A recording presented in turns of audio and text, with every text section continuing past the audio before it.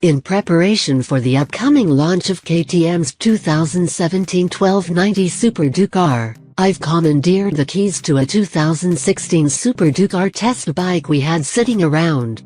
A true back-to-back comparison isn't in the cards, but I figure a few weeks spent on the 2016 model should give me something to base my opinion on the new bike around.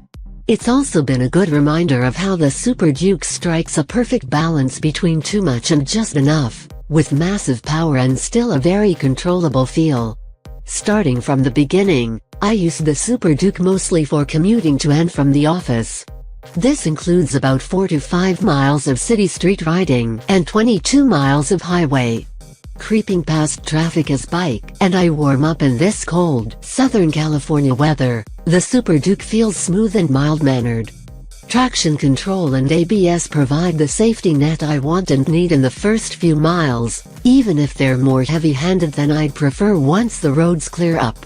In the past, I've been pretty vocal about KTM's dash and what it takes to turn those electronic rider aids off. But after 3 weeks I've come to grips with the button/dash setup. And actually don't mind it much at this point. It turns out that, while in the favorites screen, scrolling to the MTC line and holding the set button will automatically take you into the rider aid settings screen. From there, you don't even have to take your finger off the button. Just leave it pressed until told to do otherwise, and boom, TC is off.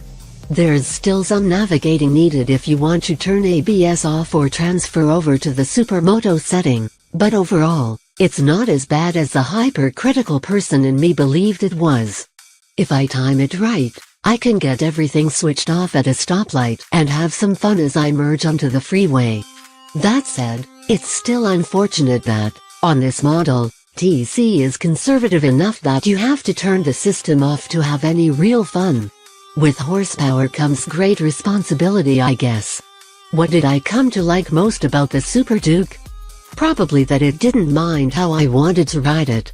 Unlike high-strung naked bikes of yesteryear looking at you, Ducati Street Fighter, it's been just as happy cruising around town as it's been ripping down a tight canyon road.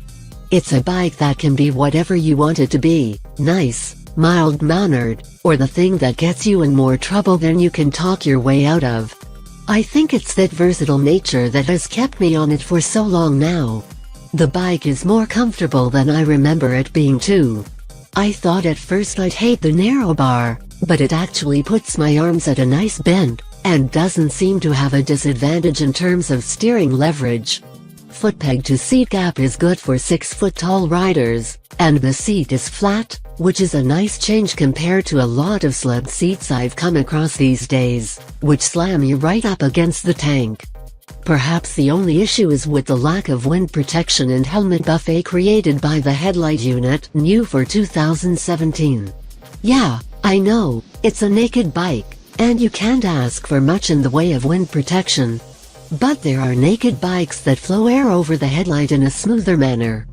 Compared to that competition, think Aprilia Tuono V4 1100, BMW S1000R, Yamaha FZ10, etc., I'd say that the chassis isn't quite as planted and confidence-inspiring.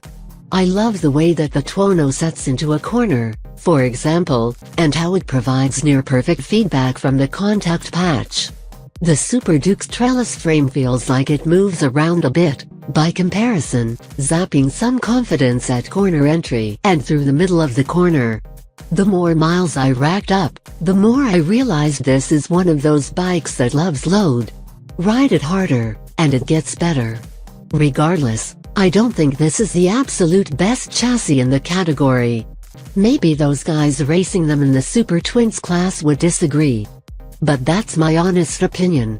At super low revs, below 3000 RPM, there's a hint of big twin roughness, but the Super Duke R's powerplant is otherwise as good as they come.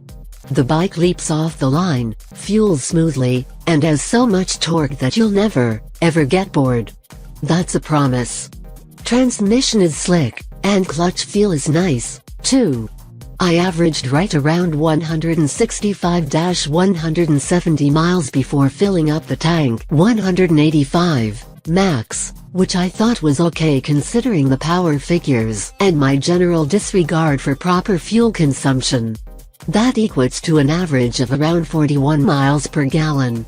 On the new bike, there's even more power, a claimed 177 horsepower versus a claimed 174 horsepower, plus updated styling, revised ergonomics, and new electronics. And while that power will be interesting to play with, I'm most interested in how the electronics have been improved. With a more up-to-date traction control / wheelie control system that doesn't cut the power in as aggressive a manner, the list of shortcomings will be cut to just about nothing. Whatever the case, if you've ever got a chance to throw a leg over a Super Duke, I highly recommend it. For me, it's been a great commuter, fun bike for weekend rides, and a whole hell of a lot of fun for everything in between. I'd throw some soft bags on the back, a windscreen up front, and be happy as a clam. Because torque.